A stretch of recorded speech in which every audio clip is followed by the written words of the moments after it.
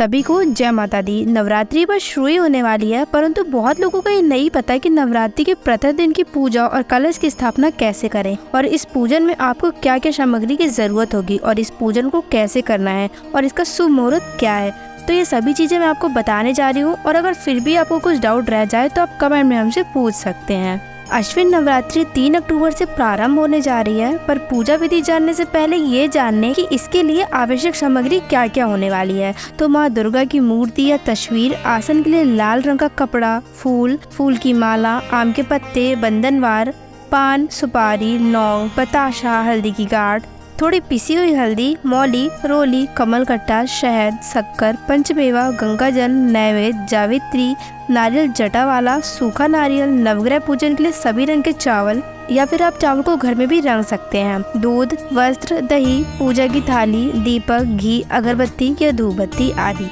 माँ दुर्गा के 16 श्रृंगार के लिए लाल चुनरी, लाल चूड़ियाँ, सिंदूर, बिंदी, काजल, मेहंदी, महावर, शीशा, बिछिया, इत्र, चोटी, गले के लिए माला या मंगलसूत्र, पायल, nail paint, lipstick, rubber band, नथ, गजरा, मांग टीका, कान की बाली, कंघी, शीशा आदि अब जो भी माँ के 16 श्रृंगार के लिए खरीदना चाहें।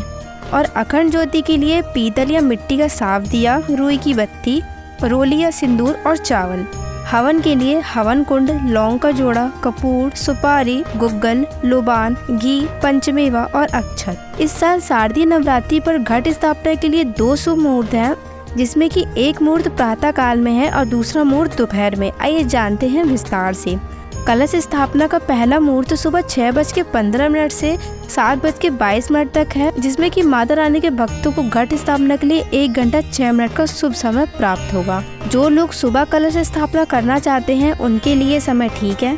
और दूसरा मुहूर्त है सुबह 11:46 से दोपहर के 12:33 के बीच, जिसमें आप घट स्थापना कर सकते हैं और इसमें आपको 47 मिनट का मुहूर्त मिलने वाला है। तो अब जान लेते हैं कि नवरात्रि पूजा घर पर कैसे कर सकते हैं। नवरात्रि के दौरान सबसे पहले ब्रह्म मुहूर्त में उठकर स्नान आदि से निवृत्त हो जाएं। उसके बाद एक साफ चौकी पर लाल कपड़ा बिछाकर माँ दुर्गा की तस्वीर या मूर्ति को स्थापित करें। इसके बाद पूरे पूजा घर में गंगा जल से छिड़काव के बाद माता की पूजा शुरू करें, पर ध्यान से कि अनुचित समय पर घट स्थापना करने से देवी शक्ति का प्रकोप हो सकता है। और ध्यान दें कि अमावस्या तथा रात्रि काल में घट स्थापना करना वर्जित होता है। घट में पहले थोड़ी सी मिट्टी डालें और फिर जौ डालें। अब इस पर जल का छिड़काव करें और इस पात्र को स्थापित करके पूजन करें।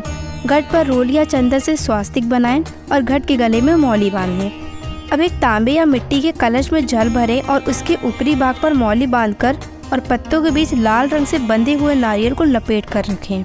अब घट कलश की पूजा करें, फिर इसके बाद गणेश वंदना करें और फिर देवी का आह्वान करें। अब देवी देवताओं का आह्वान करते हुए प्रार्थना करें, हे समस्त देवी देवता, आप सभी 9 दिन के लिए कृपया कलश में विराजमान हो। आह्वान करने के बाद ये मानते हुए कि सभी देवतागण कलश में विराजमान हैं, कलश की पूजा करें। कलश को टीका करें, अक्षत चढ़ाएं, फूल माला अर्पित करें, इत्र अर्पित करें, नैवेद्य यानी फल मिठाई आदि अर्पित करें। इस बात का ध्यान रहे कि कलश हमेशा उत्तर और उत्तर पूर्व दिशा यानी ईशान कोण में ही रखें। इन सब के बाद माता रानी के मंत्रों का जाप करें और दुर्गा चालीसा भी पढ़ सकते हैं और फिर मैया की आरती करके माँ का आशीर्वाद लें और सभी में प्रसाद वितरण करें। जय माता दी।